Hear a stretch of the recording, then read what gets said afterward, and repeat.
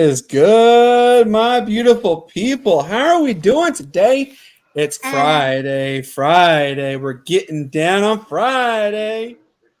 How's everybody doing today? Doing Shane, great. what's going on, brother? Oh my goodness, y'all. Do you see what's going on with Shane's face there? Hey, first time since 2015. No beard, no anything, just a little bit of a mustache. So Oh my word. It feels good out here though to get all that off, as hot as it is down here right now. Think of all the air just flowing freely now. Y'all, we got some really good content to talk about. But you know what, though? Before we get going, I got to give a special shout out to our man, JD, for what has transpired today. And it's a good thing. It's not a bad thing. It's a great thing, not a good thing. Y'all, everybody knows I work for a radio station here in Greenville, South Carolina. And we are a carrier of Jim Rome's show, The Jungle. Well, it first started with Jim Rome does these things called ATPs, which are Ask the Pros. And I happened to hear him say, my man, JD 0606 out of Simpsonville, South Carolina. And I go, wait, what? And so I said, so I happened to text JD and I was like, dude, I just heard your ATP on Jim Rohn. He goes, negative. I didn't send it. And I was like, no, you really did. I heard it. He goes, no, it was about National Donut Day. I said, it's National Donut Day. You mentioned it.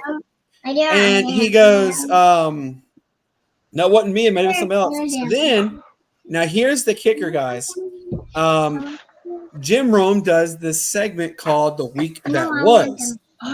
And he goes, and it literally is a blip. He goes, my man JD, and I want to give a special shout out to Sportz Nutz. And then it goes on to talking about everything else. And I'm like, wait a second, what? So I started getting text messages from a lot of people saying, were you guys just mentioned on Jim Rome? And I'm like, I swear we were. And so then, it was like 2 people, 3, 4, 5, 6, 7.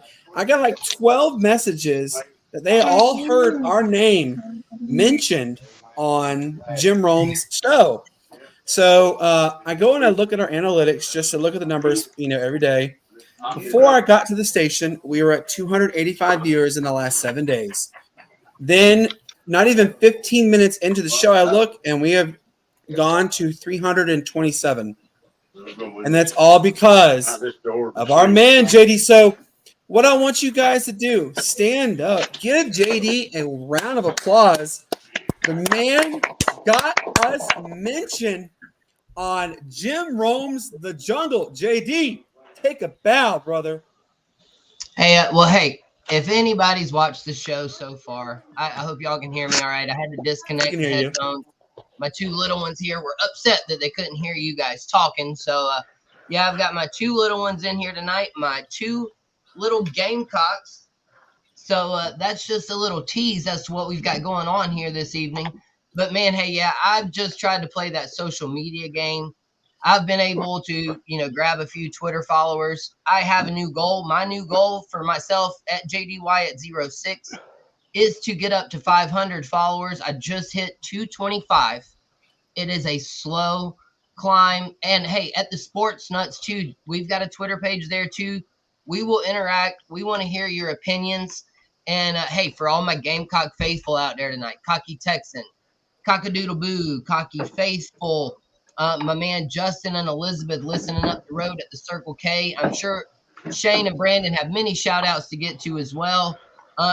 Trip, are you ready to say what your name is? I'm Trip, and I'm a Sport Nut. He's Trip, and he is a Sportz Nut. And I've got Paxton here. What are you, Paxton? Sport Nut and Paxton. And what are you, a Sportz Nut? Yeah. Yeah. How about Bang Bang? Bang bang. Bang bang. Back to you, Brandon.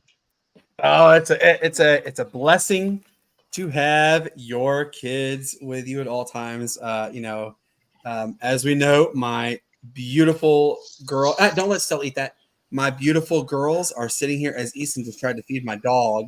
All the girls are here. I got my wife sitting beside me, lovely Cassie. Not kind of sure if she's in her nightgown. Then I got, I'm kidding, I'm showing her. There she is, everybody. As you guys can see, she has her Furman shirt on. Ooh, let's go, Dens. Then I got Addison and I got Eastland and I got Holden there. We are watching Nickelodeon. Cannot wait to see what show's on. But you know what, guys? This is going to be a fun episode. You know why? We got some great content with regards to strength of schedule. We got great content with regards to Gamecock football predictions. We even got a special content about a famous lady Gamecock, Asia Wilson. Guys, you're going to really want to see what we have to talk about. It's going to be a good show. Guys, I want to go ahead and start with this, though. Make sure you like our Facebook page. Make sure you follow our Twitter page. And make sure you subscribe to our YouTube channel. Share, share, share. The more you guys like and subscribe, the more good content we have coming out. And I promise you we got some good stuff to talk about. So, I'm going to turn it to my man, Shane. Shane, tell everybody how you've been doing, man. We haven't seen you since Wednesday. We noticed you're not at your dig. So, please, man, tell everybody how you've been doing. Man, I've been doing good. So got a busy weekend lined up, not only for our Saturday sports shorts tomorrow, but we got a family reunion down here at Grandma's in Charleston. Family reunion will be over in Walterboro tomorrow. And then she just celebrated her 88th birthday on Wednesday. So we're going to do a full brunch, all of her favorites, French toast, hash brown casserole, all the good stuff. And then it won't be too long. I'll be at a different change of scenery next Wednesday, and we'll be up there in Greenville with you guys. Hey, that's gonna be something. Hey, So yeah. basically, what you're saying is we need to be at the celebration like now because we love French toast. Oh man, do my kids ever love it? JD, what is good, brother? I know we've already given you the introduction for the fact that you got us on Jim Rome. Tell everybody how you been the past couple of days. Like I said, we ain't seen you guys since Wednesday, and it's always good to see you. Hey, it's always a pleasure to see everybody here. The Sportz Nutz, Brandon, Shano, Mr. Greg Troxel, the man, the myth, the legend. Hey, he'll probably be coming at you live Sunday morning with a Sunday Slam for all you wrestling people out there. But, hey, listen, I've been excited to bring this show to you guys all night. It is definitely what my fandom is, but we have a good way to tie it into everybody else, as always. So listen, I need this to be our most interacted with show that we've had so far. I haven't seen anybody comment on YouTube yet. I'm sure there's somebody out there watching.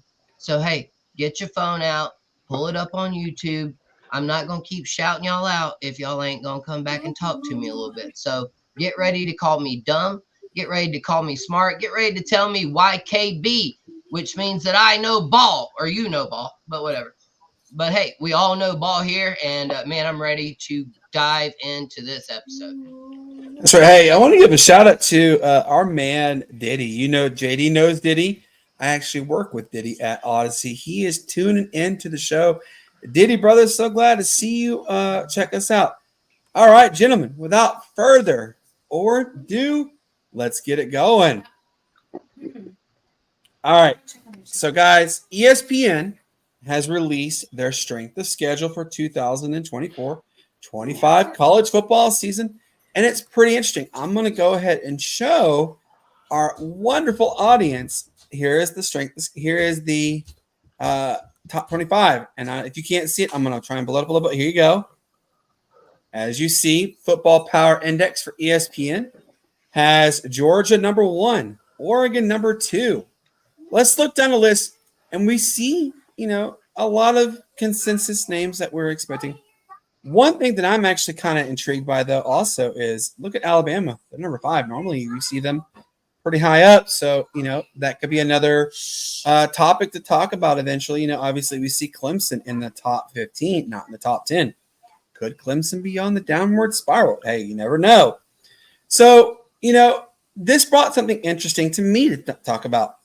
they released the top 25 hardest schedules, and there are some big named schools on this list. I'm going to, guys, I thought about all you. I want you to see this. If you can't see it again, I will blow it up. Let's go ahead and get it blown up here. As you see, it's got some interesting names on there. And we're going to start by looking at, obviously, number one. We've known for a long time who arguably has the toughest schedule this year. Everybody's going to go ahead and say it. 1, 2, 3. It's Florida. We've known it's Florida. Mark Ryan has said it was Florida because Florida has the best chance to maybe go 0-12 this year. That's how tough their schedule is. But let's go down the list a little bit further.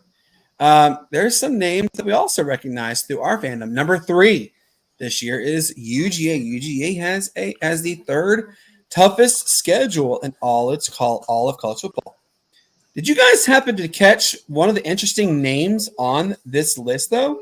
What I'm trying to say is look at number 9, Georgia Tech. When was the last time you guys could sit there and say Georgia Tech has a hard schedule? It's been a long time since I can remember. But hey, being number 9, they have a good schedule. Maybe they could be a better bowl team. Who knows? Let's scroll down a little bit further to the list, and we're going to stop at number 17. JD, why are we stopping at number 17? Oh, I don't know, because that's the most important one on this entire list, obviously. It's the South Carolina Gamecocks. The one and only USC. Listen, it was USC before California was even a state, so I don't even want to get into that debate. But, of course, we stopped at 17 because we might have a few things to talk about. But, hey, one question I did want to mention. Did you see how far you had to get down that list before it wasn't an SEC school? That is ridiculous. That is number 9. Number 9. One non-SEC team in the top 10. Yeah, it's crazy. That is ridiculous. That this just goes to show the SEC does have a difficult schedule for them. So, what's interesting to also mention this, guys, is JD is going to talk about the Gamecocks schedule coming up, and we will see what our guys say as far as records could go for the Gamecocks. Now, guys, we're going to finish out the whole top 25 with the 25th toughest schedule in all of college football. And who does it belong to? The University of Maryland. Guys, they took a big hit in losing some quality players this offseason. They have a very large task ahead of them. Now, we were going to start with a man, Greg. Greg's not on here now, so I'm going to actually start with Shane. Shane, we see the list. We see that some schools that are on this list have no business being on the list. Look at number 14, Vanderbilt. Shane, what are your thoughts on this list? And seeing Vanderbilt on this list, knowing what they do year in and year out as far as being a forever bad team. Shane, what do you think? Man, hold on. I'm sorry to interrupt. Can we take the list off? Oh, there we go. There we are. There you go. All right. The one thing that I really noticed going down through this whole list, I mean, you basically look at it, it's SEC, ACC, and Big Ten. Those are the only schools that you basically see on this list. I mean, it just shows how the conference realignment has happened, and because these teams have to play each other now in conference games, how their strength of schedule was boosted because of that. Vandy, you see him down there. I mean, it's one to point out. I also want to go back to the first FPI list. Man, if you look at it, Ole Miss, we've all been talking about Ole Miss, how they could be something this year, but yet they're only ranked 16th in that ranking. There's a lot of surprises. Getting closer to the football season, I think that we're going to have a better idea of who the teams are. Of course, we're going to look out the SEC, ACC, and the Big Ten. That's what I'm looking at, and that's kind of what I see. Yeah, so it's kind of like we have this big head scratchers with some of the schools on these lists, and then you have some that, you know what, we're okay with it. Now, JD, we already know what you're going to say about the Gamecocks. You've got to be by far the biggest Gamecocks fan I've ever met. But I want to hear your thoughts on the list as a whole. And do you agree with the top 25 teams on as far as the hardest schedules go on this list? Go ahead, JD. Well, first of all, I want to say I might not be the biggest Gamecock fan. You know, hey, I'm certainly not the littlest one either, but I don't know if I'm the biggest per se. And no, that's not a fat joke for anybody out there. I'm sure there's bigger Gamecock fans out there than I am. But I like to think that I know a little bit about something. But what's crazy to me, though, is literally every year we hear about an SEC team having the most difficult schedule, whether it's been South Carolina the previous couple of years or Florida or whomever. But here's one I want to throw out there that I saw earlier. Ole Miss has the third easiest schedule in the SEC. But guess what? They just popped up on that list there at number 22 as far as their hardest schedule also. So Ole Miss, I've said it once, I've said it before. I think they're a CFP contender this year. I think that Billy Napier at Florida, and I think that Shane Beamer at South Carolina certainly have to do something to win some games they shouldn't based on the roster that they have. I'm hoping that Shane Beamer chooses to go about it in a different route than trying to be creative on special teams. But I'll have some more to come up on that later. But, man, yeah, it's just ridiculous to see. I mean, before long, it's going to be Big Ten, SEC. It'll be interesting to see what ends up happening with the ACC and the Big 12. I mean, at this point, I don't know if them combining to try to take down the SEC and the Big Ten would be better, or if they just say, hey, it might be better to just try to join them versus beating them. Hey, if you can't beat them, join them. Join them. I was about to say, if you can't beat them, join them, right? Right, but hey, that's why they have the best ratings in football. I mean, it is good daggone football. That's why all of these players come to play in the SEC. And yeah, I mean, I'm going to withhold judgment, and I'll hold this off too a little bit later too. But there's some teams, as I look down the schedule, man, we have a lot to learn over the next few months. We're going to learn a lot about several different programs in the SEC. Absolutely, we are definitely. You know, we're only scratching the surface right here. I mean, guys, it's only June 7th. We still have a couple months to go before we start having preseason talks come out. You know, Shane, how do you put this in perspective with regards to strength of schedules? You know, we know what traditionally comes about with the SEC. We know it's coming with the Big Ten. We sort of know it's coming with the Big 12. But what I'm having a hard time noticing is the ACC is not really mentioned there. And JD will tell you this too. You know, a lot of people up here in the upstate have called the ACC the All Cupcakes Conference. You know, because there's obviously not the best competition per se in the ACC. I want to hear your thoughts on that. Well, you know, me being a true blue Virginia Tech fan, of course, I follow the ACC. Got a bunch of friends and, a bunch of family that's gone to Clemson. You know, the ACC right now, they're sitting in a position where they have multiple schools that are going to be decent, but after about the top 5 or 6, you see a major fall off. That's kind of as what has hampered the ACC here lately. It's helped them out seeing teams like Duke do so good last year. Of course, they lost the coach to A&M, so we'll see how that ends up. But the ACC as a whole is just it's made up of a lot of cupcakes, like you said, at the end of the day, especially towards the bottom half of the league. Absolutely. And, there's one school in particular that I have to kind of give a shout out to because they're the only ones that give the state of South Carolina trouble every time they go and face them.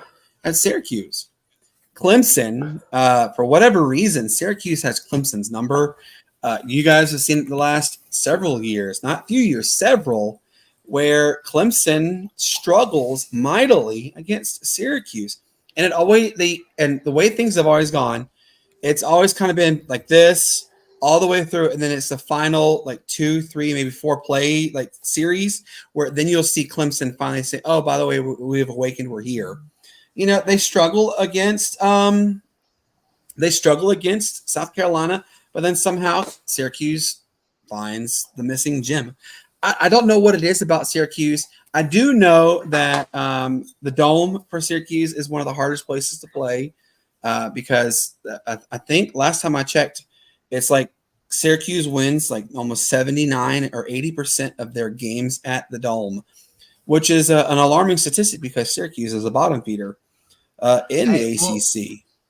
And to that point, exactly there, man, especially in the SEC, that's been one of South Carolina's biggest detractors over the last few years is we cannot win outside of Williams-Brice Stadium in SEC games.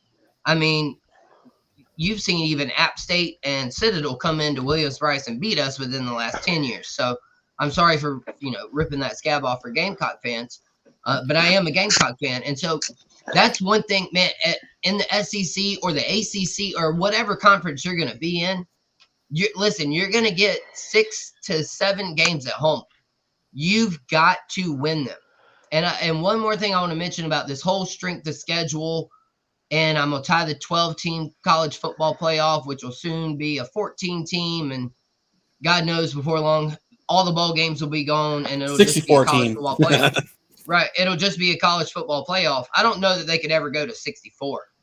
That would be, God, at that point, you're talking like 8. Unbelievable. Yeah, you're talking like 8 or you're talking a 9-game conference schedule or a 7-game and 2 not whatever you're not playing more than 9 or 10 in season games to go that deep.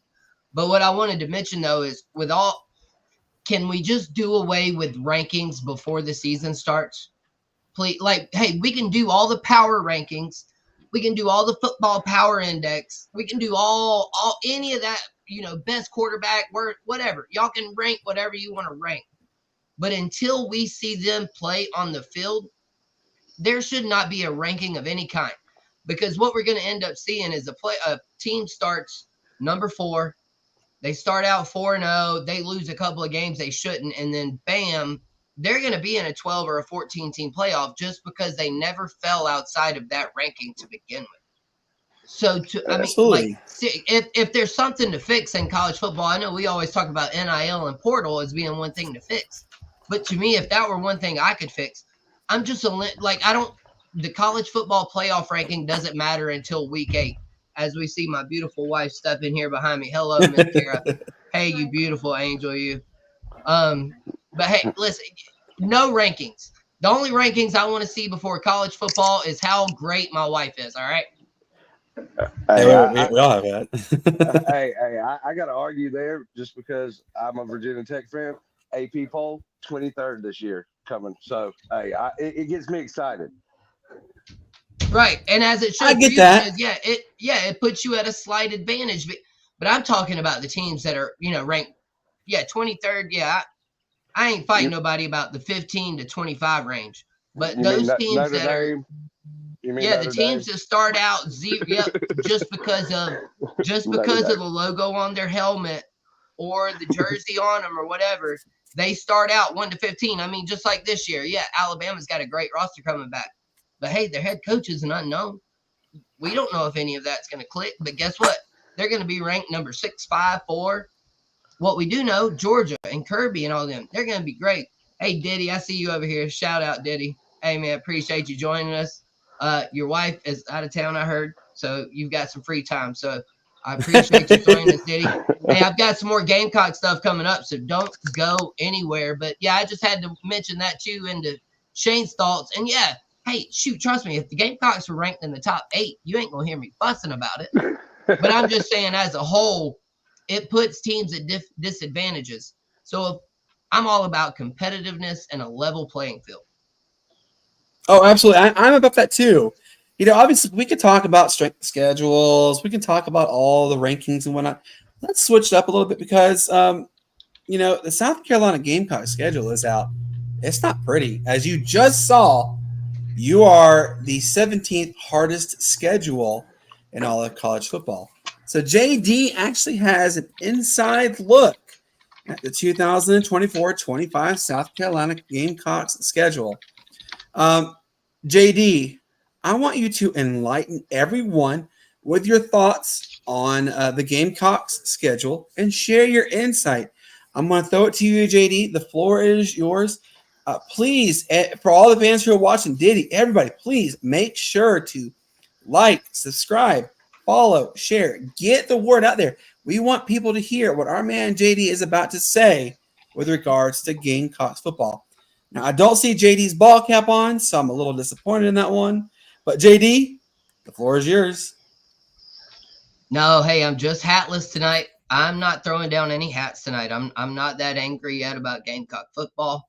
I will say that I'm angry that someone told me like 4 days ago that within 24 to 48 hours we'd have a new head baseball coach, and TikTok. I'm still waiting on that news. So as far as my Gamecock football take goes, I'm going to give you guys a brief, just my synopsis of the year, kind of an overall look at it, what I'm thinking, what I'm expecting, and what I want to see. And I'm going to be very quick when I say all of this for the most part. It's something you learn how to do when you call a radio station and they tell you you've got 30 seconds to get all your thoughts out. So I've gotten a little bit good at this, but without further ado, let me say this, guys. All right. The Gamecocks very well could finish 5-7 this year. Would I call that a success? No. Would I call it a failure? That kind of depends. As far as what the expectations go and making a bowl game and trying to see yourself advance forward from last season, yes, I think that would be a failure to go 5-7. However, we do have to look at this objectively, despite being fans. We are fanatics. Obviously, we want to go 12-0. But I'm telling you this now. If you think the Gamecocks are going 12-0 or 10-2 or even 9-3 or 8-4 in the regular season this year, listen, you are severely fooling yourself. And I'll even admit this to you too. As I went through the schedule, I did find myself coming up with a few question marks as to what the schedule could go like, depending on what our potential quarterback and our team looks like. So as we just said a little bit ago, man, we have a lot of unknowns. We don't really know what we're going to get. As of right now, I think our overall roster from last year is better. Our running back room looks better. We have several returning players coming back. As Mr. Cocky Faithful and Cocky Texan pointed out a few days ago, we have the biggest 3 returning categories and stats that we could possibly have on the defensive side of the ball. And to me, that's the big key, man. Clayton White has got to start this year off like he finished last year. He was coaching for his job last year.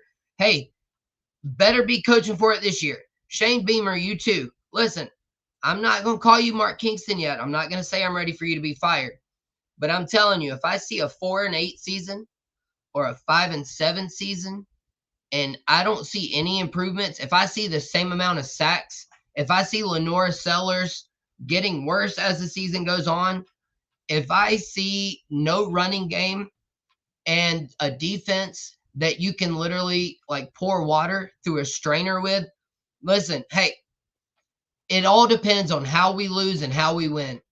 If we make it to 5-7 and we have that chance at that 6th win, albeit against Clemson at the end of the year, I don't know that we'll beat Clemson this year. Hey, Cade Klubnik, for all my Clemson fans out there too, hey, he's a big question mark too. He's actually ranked below Lenora Sellers in the top 50 that I just saw earlier. Lenoris was 46 and Cade was number 50. But to me, the Gamecocks have to get out of the gate week number 2 at Kentucky. If we can somehow get out of Kentucky with a win and then come back home next week to face LSU at home at a noon game at home, Lenora Sellers, hey, he's got potential. I've said it. I do like the pieces we have coming back, but I'm not willing to say anything until I see this team as a whole. But hey, guys, what do y'all think? I mean, if Shane Beamer goes 5-7 again, is he going to get fired? I'd keep him, dude. I'm on the 5 to 6 year plan with him at this point. Florida has proven time and again like we talked about earlier.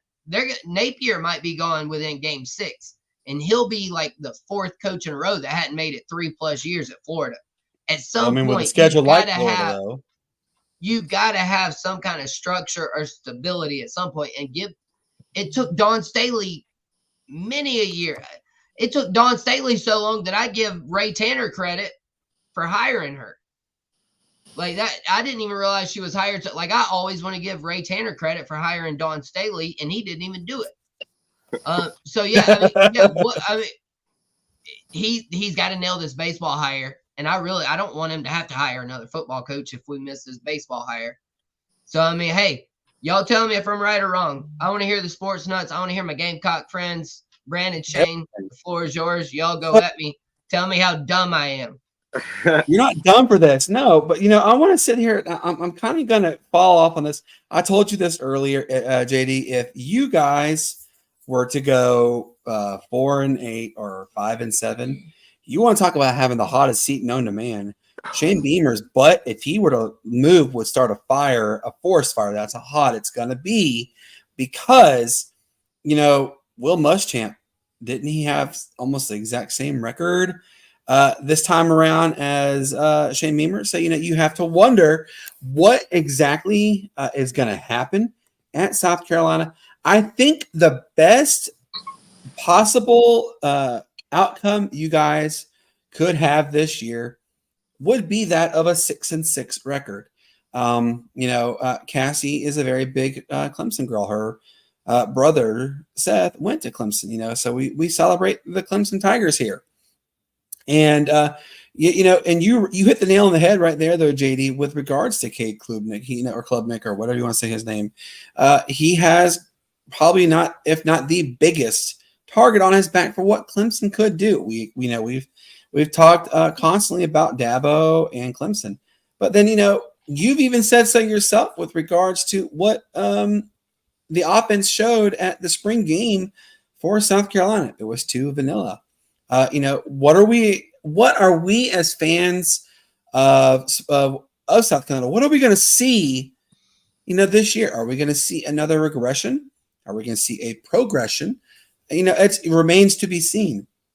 I can tell you, though, from what I have seen, read, heard, all those above, with regards to what was witnessed at the spring game, Gamecock Nation might be in trouble with regards to the season record. You said is 5-7 a failure? I absolutely see it's a failure. If you see a 4-8 season as a failure, that is definitely a failure. You've gotten the biggest letter F on your report card you could ever get. 5-7, I'd give you a D-, which in today's standards, it may be, hey, you've passed. In my standards, when I was in school, D- were failures.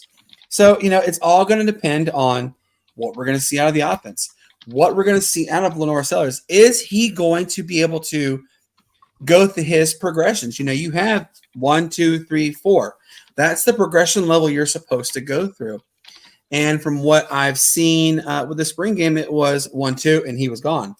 So you have to worry about that too, and I understand it's Diddy. I understand that it's you're not going to show all your work at the spring game. I understand that 100%.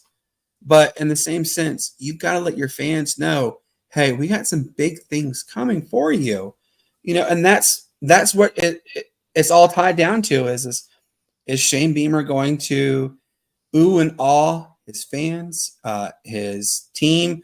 Is he going to lose his team? Because we do see a lot of coaches who lose their teams when everything starts hitting the ceiling or going downward. Coaches lose their team, meaning they don't have control over what happens, and you see rogue players doing what they want to do. Shane, what do you think? Man, I can tell you one thing that that I'm real interested to see, especially with the new college football realignment and kind of tying everything back together with the strengths of schedules. Are we going to see the SEC teams, especially the more notable schools and stuff like that have coaches that aren't doing well? Are we going to see them give them more time to get these programs because they're in such a harder conference now? That's one thing that I'm interested to seeing. Shane Beamer and just his recruiting and how he does recruiting makes him a valuable asset to any school that he goes to. He is he's a product of his own demise.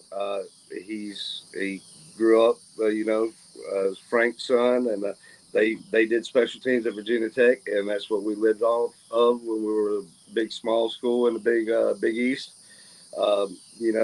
It just was.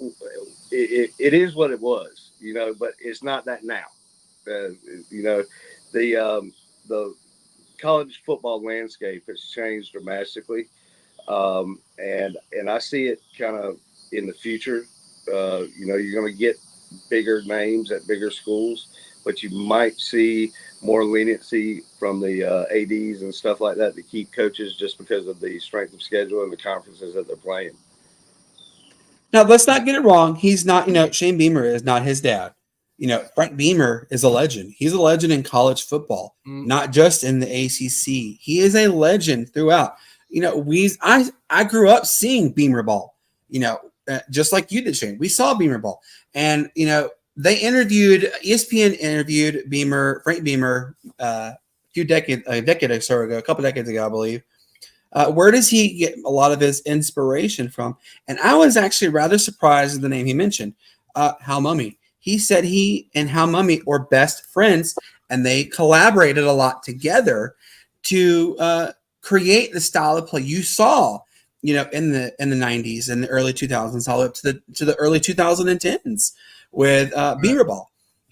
So obviously it really is going to go down to what is Shane Beamer going to bring to the table that he hasn't already brought to the table? Yes, right. You're right. He hits the nail on the head with recruiting. But what is the old saying? You can talk until the cows come home about something, but until those cows come home, it's just talk. Am I right? Oh yeah. Right. Oh yeah, absolutely. One in the hands better than two in the bush. That's right. Yeah. Hey, and yeah, I want to tie this into something we've talked about before too. Me being a small town Clinton high school guy, man, I saw us win football games that we should not have won because we had a system that fit our players and we executed those plays. And so at a school like South Carolina, where you're not necessarily able to recruit the type of elite talent that you need on a day-to-day basis, the type of thing that Frank Beamer did, or I'll even go one step further and say Paul Johnson at Georgia Tech with the triple option. Frank Beamer was run the ball, great defense, and some quirky special teams every now and again. To me, Shane Beamer is quirky special teams all the time, no run game, no defense. And so if at any point he can balance those three things out, he might be able to have some success. And I will say this. I didn't mention the assistant coaches that we brought in. Sean Elliott, I think he can make a big difference. I mean, there were people lobbying for him to get the head coaching job in 2015. Granted, he was the one that lost to the Citadel that I mentioned earlier. But I'm excited to see the season. The fact of the matter is we get no preseason. We don't know what we got until like 2 weeks in. Unless you like Georgia and Clemson, hey, good luck with that one. Fun. You fixing to learn exactly what you got That's right. one of the season. Hey, but unfortunately for us, we get a tune-up and get to go on the road to Kentucky, and then we get LSU back. So, I'm telling you, Lenore Sellers, he's got potential. Hey. I just need to see stronger, more fundamental. Like I said, you can win football games with lesser talent. It has. All right, so let's do this. We're going to go around the table. We're also going to ask our fans in the stream to chime in as well. Give your 2024-25 record predictions. JD, give your record prediction right now. 5-7. We don't get the 6 when we need. We need to beat Texas A&M or Clemson or Ole Miss or LSU, one of those teams. Oklahoma even is on the schedule. I mean, Oklahoma might be our most likely one, given what all Brent Venables has lost. But man, yeah, listen, I just want to see improvement. But yeah, I'm saying 5-7. I'm just hoping Beamer doesn't get fired yet. I'm not ready to put the gas and the matches to it after a 5-7 year, depending on what it looks like. I mean, if it's atrocious, yeah, I'm gonna be ready to burn it to the ground. But yeah, depending on what it looks like, if we look improved, if we're losing 1 and 2 point and last possession games, I think I'm gonna be all right with Beamer for one more year after that. Shane, what are your record? I'm saying I think 6-6. I see a possible 7-5. I believe with what they've brought in and the talent that they have coming, I think that they're going to be sure enough. Going to be one of those teams that you're looking at like, oh well, Ole Miss. Why did you struggle with South Carolina? That's one of those. SEC's always got 1 or 2 of those teams every year that are expected to be mediocre or below average, and somehow they end up right up there in the end. In the top 3, 4. Absolutely. I'm gonna go on. I'm gonna agree with you and Diddy on this one. I say you guys go 6-6. I do see a bowl game in your season this year. Fans, obviously we can continue this for decades, kind of talk, because this is a good conversation. But chime in on the stream like our man Diddy did. Diddy said 6-6 with a miracle at Death Valley, because I can't handle it if it doesn't happen. And Mr. Trey Davis, I'll read this one. I'll throw it right back to you. Trey Davis jumped in too, and he said the defense looked pretty bad last year. How much of that falls on Clayton White, and how much of the Rattler sacks? How much does that go on the banged up offensive line that didn't give him any time? And see, that's my whole question right now. Listen, Sellers, he might be able to escape all that pressure, but that was my whole issue with it. Spencer was an all-worldly talent. As far as he's the best quarterback, rating and all that stuff wise. Granted, he didn't necessarily have the greatest stats, but I mean, he was one of the highest ranked quarterback recruits ever to come to South Carolina, and we couldn't even make nothing out of him. So, I mean, yeah, something's got to be done different. I'm good. Let's just run the triple option, bro. No. Let's go. No. Triple option. That triple option was good back in the 80s and 90s. No, sorry, that's not your. Hey, that Paul means you have Johnson no confidence beat in Clemson him. with it numerous times. But that also meant Paul Johnson didn't have the confidence in his his quarterback. You want to have solid confidence in your quarterback. Triple option, a wing T, and the Maryland I means you don't traditionally have confidence in your quarterback and your wide receivers, and you want Beamer to be favored in enjoying your offense. Did you see what Trey said? No, they're not ever going to run that was kind of a joke, but I'm saying I want to see them run the ball more. And hey, with Lenore, I mean, a couple of option plays mixed in aren't going to be a bad thing. Obviously, I know they're not going to go the Paul Johnson route, but hey, I've seen my high school team go 1 for 3 for 30 yards and a touchdown and 290 on the ground and win. So hey, well, we know high school is different though. Yeah, hey, a W at the end of the day is the only thing that matters. You only need to have one more point than the other, and that's totally true. Here's I'm gonna throw this out there. It's a curveball, and then we're gonna go to our next Diddy run the veer. Let's not run the veer because that was the worst offense I've ever seen. All right, so I'm gonna throw a curveball. What about the read option offense? Oregon runs it to perfection, and we see year in and year out, Oregon is a 10+ win season. Hey, I'm just going to throw that out there. That's a possibility. Let's go to our next subject because we're getting close on time. Guys, I'm gonna throw a picture up on here. I want all of you guys to pay attention to it. And on the count of 3, when I show the picture, don't say who it is via the stream, guys. I want our fans to type in who it is. And then we're going to talk about why we're talking about this person. Ready? 1, 2, 3. I'm going to leave it up. Everybody got it in their minds? Everybody see who it is? All right, good. Somebody tell J Dizzle at JD Wyatt 06 on Twitter who it is. Somebody tell at Keeler Brandon on Twitter who it is. Somebody tell Mr. Shane O'Mac who we just showed and why are we talking about her? Why, why?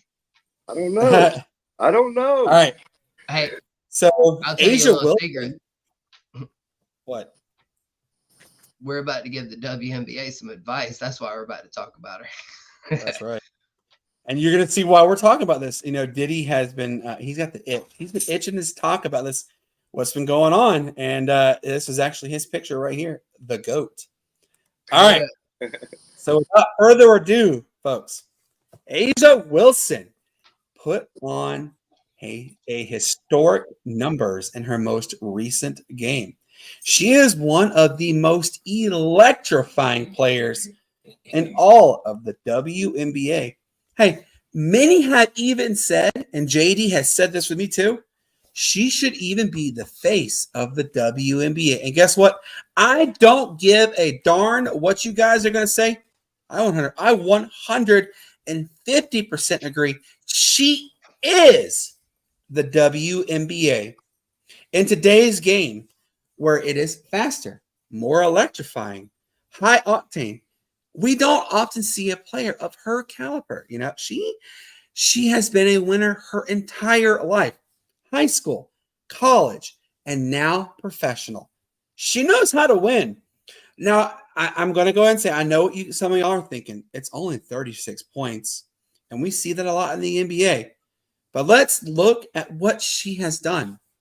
She's led the Las Vegas Aces to back-to-back WNBA titles.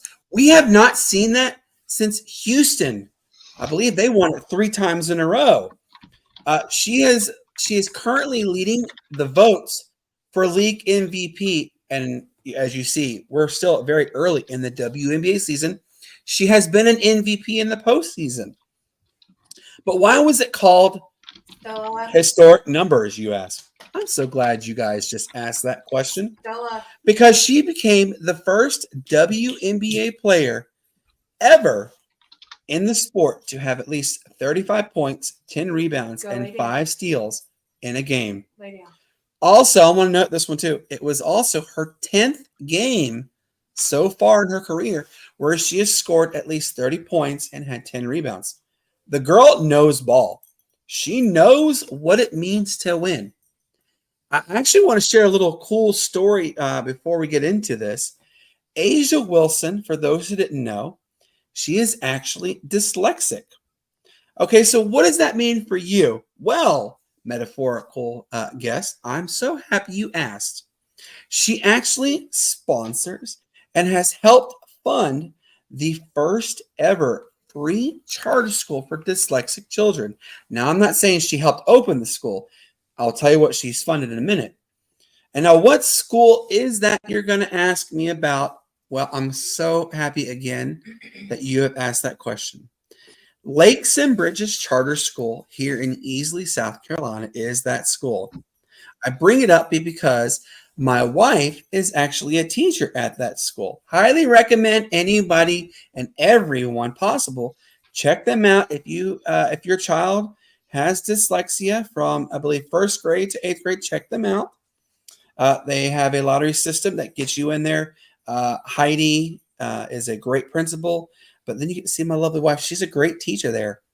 But what is so neat about what Asia Wilson has done, she actually funded the basketball court at the school. So to go back to her being the face of the WNBA, I say this, yes, she has earned that title. Y'all, I saw a story the other day actually on Twitter, and I actually shared this with Shane and JD about this, that suggests, could Asia Wilson play in the NBA and do well? I absolutely say she can, and she would. Now, unfortunately, though, her size does limit her to what position she would play. As everybody knows, she is listed as a solid 4'5" in the WNBA. What that means is power forward center. Now, in the NBA, she'd have to probably move to a 2 or 3 position, which is a guard and a shooting guard, which could also limit her abilities. Now, I still say she can get 20 a game, but yes, absolutely, she can hang with the big boys. I'm going to start with Shane on this one. Shane, a highly successful Gamecock, a touted future Hall of Famer in the WNBA already. I want you to give us your impressions on her, and I also want you to chime in as to whether or not she could hang with the big boys in the NBA. Yep. Asia Wilson is to the WNBA what Joker is to the NBA. They are double machines. They put up points, they get rebounds, but they also have the blocks and the steals and the assists. You know, they are well rounded players, especially for their size in their respective leagues. Um, you know, Asia Wilson is probably one of the most talented people that we have in the WNBA right now, if not the most talented player in the WNBA, but also one of the quietest. You don't really hear a lot out of her. You know, I mean, they're making runs, and she just goes and she plays the game with such a fun enthusiasm for it that you know anybody watching her play that game, it will fall in love with the way that she plays. You know, to your point, and you know, like I told you earlier, with her coming into the NBA, I don't see her having the skill set, ball handling wise, to be able to be that, you know, kind of two guard in the NBA. And be that, you know, and also a durability question. You know, like I said, you know, it's an 82 game season. Of course, we've seen the Lakers can't even put, you know, 3-star players on the floor for 82 games in one season. So, you know, it's a tough and grueling thing. Now, if she went to the NBA, would we kind of see the Caitlin Clark kind of target on her back if she were to do that? You know, I think it'd be interesting. You know, I would like to see maybe the NBA champion and the WNBA All Star team go at it one time just for a fundraiser. I think that would be good, and we'll be able to showcase how much more competitive the gap between the two has now grown closer. Oh, absolutely. You know, and you know, I'm an all girl dad. Everybody knows that. You know, I'm the father of 3 beautiful girls, soon to be 4. Diddy, in case you didn't know this, I've mentioned it several times. My daughter will be born July 29th. Her name is Aspen. So, you know, definitely agree that girls, they rock. Women's sports is only going to get better. Now, JD, like I said, you're probably the biggest Gamecock fan I know. Hey, Aaliyah Boston is also a talented. Like, in all honesty, I'm probably the littlest. Aaliyah like Boston 5'6", is 5'6", 120, trying to slide in wherever I can. Let's go. Aaliyah Boston, get in right, yeah, get in where you fit. She is touted as one of the best Gamecock players at South Carolina. She too was a number 1 pick. What are your impressions and thoughts of Asia Wilson, JD? Do you think she could do well in the NBA? And then here's a twisted question, which I'm also going to throw out to all of our people who are on the stream. Chime in on this question that I'm legit about to ask: is which team would you put Asia Wilson on to help, and why? So the questions are this: what are your thoughts of Asia Wilson?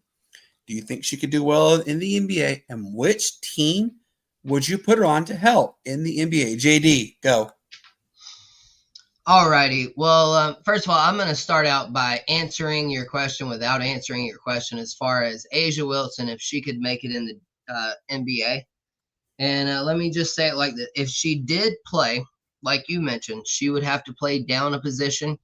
I mean, I think her skills and all of that absolutely translate. But for me, I prefer to see woman on woman, man on man. Hey, it's a family show. Don't get your minds in the gutter. I'm talking about on the court, people. Hey, eyes up here, people. Eyes up here. Listen, yes, so I don't like trying to draw those comparisons. I mean, to me, it's like the generational.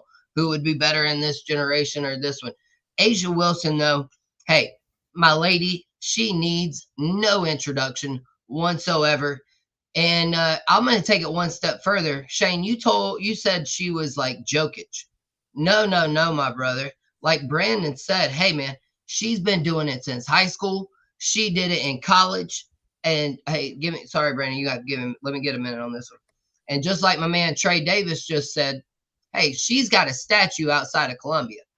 So for all of those WNBA players like Kennedy Carter and Breanna Stewart and all of you who are claiming that y'all are getting harassed, or not claiming, I'm sorry, it is probably happening. Let me clear that up. People are crazy. So y'all are getting harassed though about this drama on the court.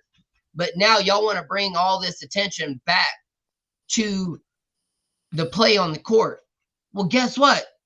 A'ja Wilson's been doing it this whole time. Back-to-back world champion in the WNBA, national champion in college. She's got a statue outside Columbia. She's dyslexic and has all these things going on with the school. But guess what? She ain't got no drama. So y'all don't want to talk about her because she ain't got no drama. But guess what? My lady, she's still doing great things. And so that's the whole crazy part to me. All these WNBA media people, they're getting mad now. How dare y'all come talk about women's sports now like y'all care? How about talk about the product on the court? Well, hey, guess what? The Sportz Nutz are going to talk about it on the court. And so guess what? If it weren't for me being a Gamecock, and if it weren't for all my Gamecock people on Twitter, Cocky Faithful, Cockadoodle Boo, Cocky Texan, my man who had the conversation with Brandon last night. Hey, great conversation. Shout out to my man Cocky Texan. But guess what? And even Diddy even shouted out A'ja Wilson.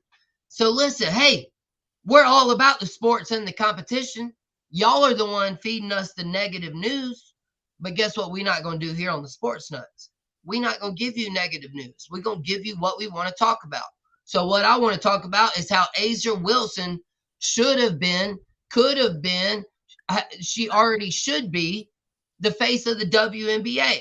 Like, I mean, what are we even doing here, people? Y'all want to talk about all this other nonsense and my lady over here dominating on the court every night. Hey, shout out to Ion, because I get to watch it every day when I'm watching my Hawaii 5-0 or my Chicago PD or whatever I'm watching. But hey, women's sports all the time on Ion. And we're all for women's sports here to tie all that in a nice, neat little bow. I'm sorry, I had to get that out. Absolutely. Women's sports is here to stay. And we're all going to tell, we all are agreeing on this one. We're okay with that. No, we are better than okay with that. We are fine with that. We agree with that. Like I said, I'm the father of soon to be 4 girls. Girl dads rock. If you're a girl dad, I want you to chime in on the stream and say girl dads rock. We have mentioned this before, but our family is diehard softball family. We are diehard women's sports fans too. Before we go any further, I want to give a shout out though, y'all, to the first ever 4-peat national champions, the Oklahoma Sooners women's softball did something that has never been done in women's college sports up until last night. They won the 4th straight softball national championship. Congratulations on that one. Now, my daughters, though, they get so excited, and I mean excited. It's kind of actually a little annoying how excited they get when they see Caitlin Clark on the TV. And I'm going to even tell you the truth on this one. They get excited seeing A'ja Wilson come on TV. And one of the reasons why they get excited seeing A'ja is because they know mommy. Those two are their idols in pro sports. It's not Angel Reese, what do they call it? The Bayou Barbie. It's not that. They don't particularly care for glam and glitz and glitter, even though they are girls that are 6 and under. They care about the fact that Caitlin Clark is fun to watch. They care about the fact that Caitlin Clark loves the fans. She loves her product on the court. They care about the fact that A'ja Wilson plays. They love the fact that A'ja Wilson knows mommy. And it makes a dad who is an all-girl dad smile. I am hopeful for what is going to happen in women's sports in both college and pro. Guys, we already know that the WNBA is expanding to 2 new cities in the next 3 years. San Francisco, in case you guys didn't know this, Diddy, and I don't even know if you knew this as well, that next season, the Golden State Valkyries start. That is the owner of the Golden State Warriors who is bringing it on. Their colors are actually like a bright pink and black and gray. Really good. I'm excited. My nephew, Jackson, my sister and them, they live out in San Francisco. They are actually excited. Jackson has said he cannot wait to come to Georgia and watch a Atlanta Dream versus the Golden State Valkyries game. That tickles my heart. And then what you guys also didn't know, I mean, some of you may, but I don't know, at the end of the 2026-27 season, Toronto gets a startup. They're going to be the first ever American women's professional sports team in international play. Guys, the list of expansion cities has only grown too. The WNBA Expansion Committee is in talks with the following cities, and I guarantee you, you're going to like to hear some of these names. The first name on that list is Charlotte. Charlotte had a WNBA team a long time ago, and that went down the drain real quick. That's because the WNBA of old was not the WNBA of new. Nashville is mentioned on that list. Portland, San Antonio. And guys, I mentioned this name earlier. Houston is even being touted as coming back. And you know, Houston back in the day was the face of the WNBA because they were the most dominant team. Now, the WNBA has set a magic number. For what everybody wants to know, magic numbers are the ultimate number that is set for what professional leagues want to have.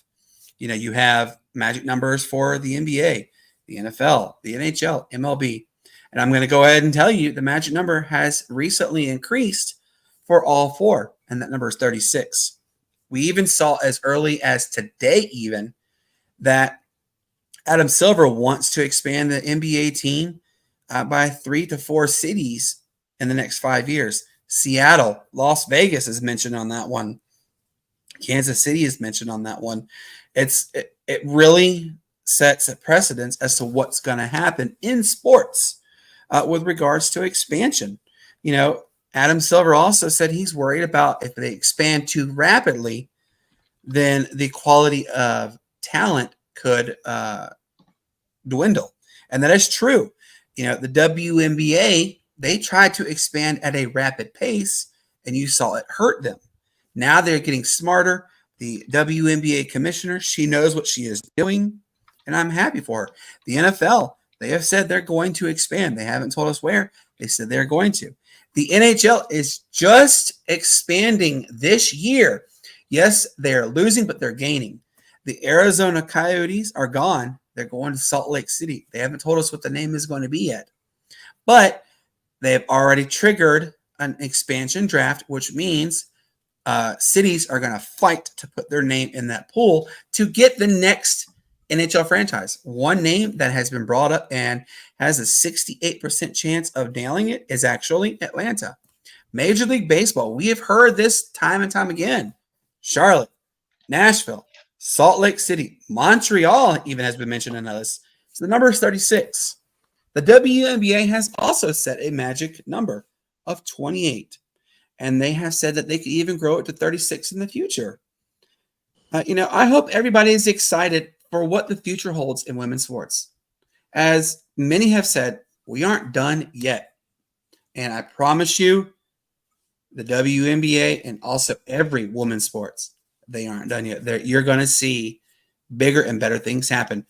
JD said this recently, and I stand by it. Women's sports could overtake some men's sports as far as popularity. Women's sports is where it's at right now. Guys, this has been a fun show.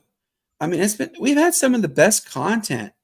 Where else are you going to get such an in-depth talk about college football schedules, talks about the Gamecocks and where they could end up record-wise.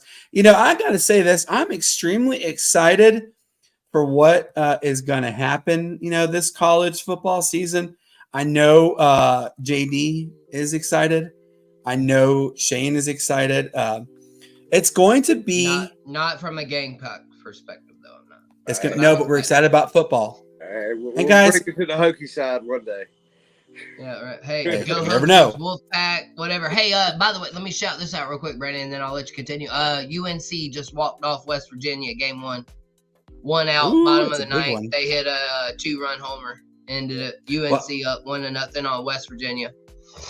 Well, we've already seen great things happen with college. I mean, did you guys know that FSU set a record for super regional runs today? Oh yeah, hey, we won 24-4. You wrong? Hey, you're so wrong, God. You remember? You're so wrong. You don't even know what you're talking about.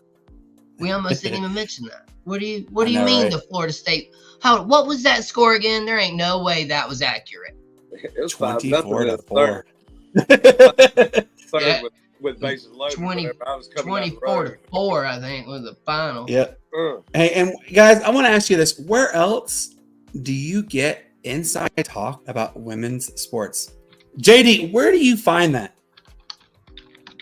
Hey, only right here on the Sportz Nutz, because hey, we're into the women's sports.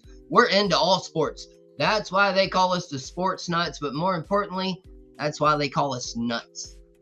That's right. Hey, we have some more content coming up this summer as well. Hey, we even have some great, I think we even have better content this fall. Could we maybe be broadcasting from some baseball games? Shane, could we maybe even be broadcasting from a race? Maybe. We don't know.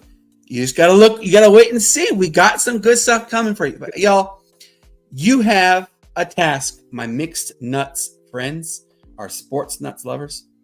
You have to like our Facebook page. You got to follow us on Twitter. You got to subscribe to our YouTube channel. And you know what? Tell your friends. Tell their friends. Tell your family. Tell anybody and everybody. Because the more subscribers we get, the more followers we get, the more likes we get, the more content we come out with. Without you, this show doesn't happen. We love every one of you. Now, guys, we're very excited to announce we do have a sponsor, Tequila's Grill here in Easley, South Carolina. We are going to be broadcasting soon from there. So please make sure to follow us for the update for when we're going there, because you know what? We're going to be doing giveaways. We're going to be doing raffles. And I promise you, you're going to want to be there for them, because there is a possibility of tumblers. There's a possibility of shirts, jackets, hats. There is a prize pack that is being designed by who? Me and Cassie. We are designing it. A lot of great stuff is coming here. I'm going to go ahead. I'm going to give us, my shout outs. I'm going to give us social handles. I'm going to give a shout out to anybody and everybody that watched this show tonight. Diddy, my brother, man, I haven't seen you since I think the Christmas party. And man, I love getting to talk sports with you.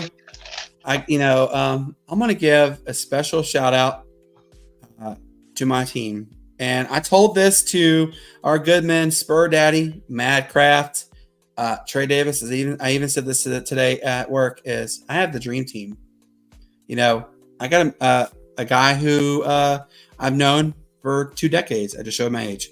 I got a guy who has been there since this. I had a widowmaker last July. I had bypass surgery. I almost died twice. I'm here. I'm a walking miracle. I'm here. This man who sits right there, JD, has been there from day one with me. And I'm happy to have him on my team. I'm happy to be here. Affiliated with him. My man below me, y'all, I got to give a shout out, huge shout out to my man, the one and only bald-headed SVP Scott Van Pelt lookalike. Except for if he got rid of the mustache, he would be SVP hand down. Shane Owen, I cherish every minute with us, guys. I look forward to this every Wednesday and every Friday.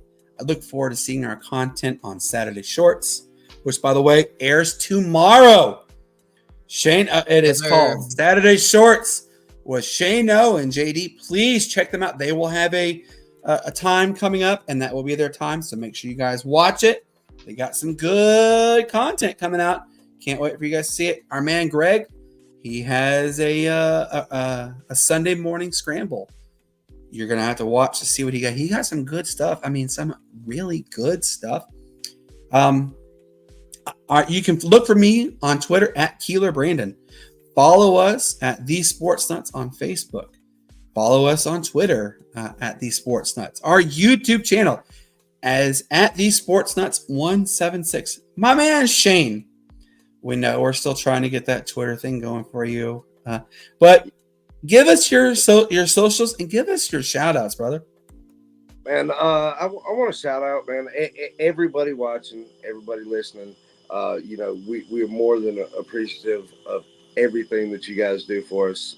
As always, like, follow, subscribe, share. I want to give a shout out, especially to my grandma. Happy belated birthday on the podcast. Should have done it Wednesday. Kind of slipped my mind with everything going on.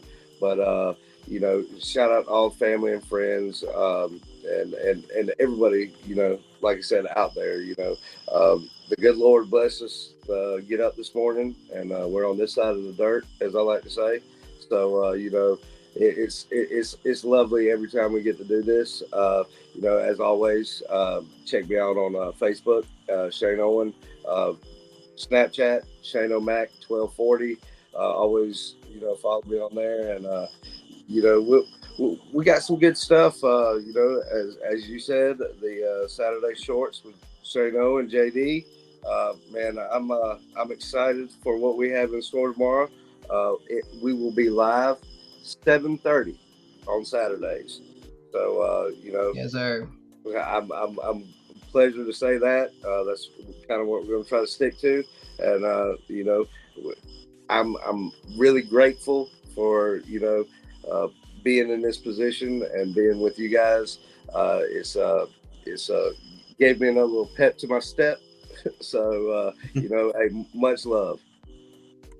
Hey, absolutely, Brandon. Hey, and if you don't hear, I'll take it straight from right there. He just nailed everything on the head. Hey, man, since you've gotten me into this, I never thought it would be anything possible for me to do something like this. So for me to be able to do it with Shane and yourself, you can even see I got a few little tears coming up in my eyes. I mean, it does mean a tremendous amount to me. Hey, shout out Greg. Let me get that handkerchief, bro. Hey, but listen, I'm so legit, bro. Look right here. Officially official. I got my card. I've forgotten to show it off, but you see right here, Gamecock material. And that's what we tried to bring everybody tonight. I hope that y'all enjoyed the show. I hope that you can come and tell me how smart I am or how dumb I am. I mean, I don't really care either way. You can say whatever you want. Just like somebody told me last night, I'm not a LeBron fan because I called him a coach killer. But hey, like Shane said, man, hey, we woke up on this side of the ground this morning. June is Men's Mental Health Awareness Month. So, hey, listen, if anybody ever needs anybody to talk to, listen, hey, you just saw all my information right there. That is my personal cell phone number. If you've got any struggles, you've got anything you want to talk about, I don't care. You can call and tell me I'm an idiot, like I just said. If that's whatever it is you need to do, the Sportz Nutz are here for you. So listen, don't take that to too extreme. Don't be crazy, all right? Don't be prank calling me at 3 o'clock in the morning because my phone's on Do Not Disturb anyway. But hey, everybody, thank y'all for tuning in. Be blessed, not stressed. And Brandon, I'll throw it to you so you can throw it to Shane to say what he said. Again, guys, we love every minute of this show. Thank you to all who participated tonight. Diddy, I love it, man. I love the interactions. You guys rock. In the Mixed Nuts, you guys rock. Shane's got some Tumblr information coming out soon. Be prepared for that. We are going to have a lot more fun. So, with that being said, for our man, the myth, the legend, Greg Troxel. For JD, J Dizzle. My man Shane O. Matt Shane Owen. I'm Brandon saying peace up, A-Town down. We love you. Shane, what do you say? Hey, peace, love, and bacon grease. That's right. Peace, love, bacon grease. So, you know Be what? blessed, Show's over. not stressed. Time to get here. Bye. See ya. We love you. We'll see you soon at the Sportz.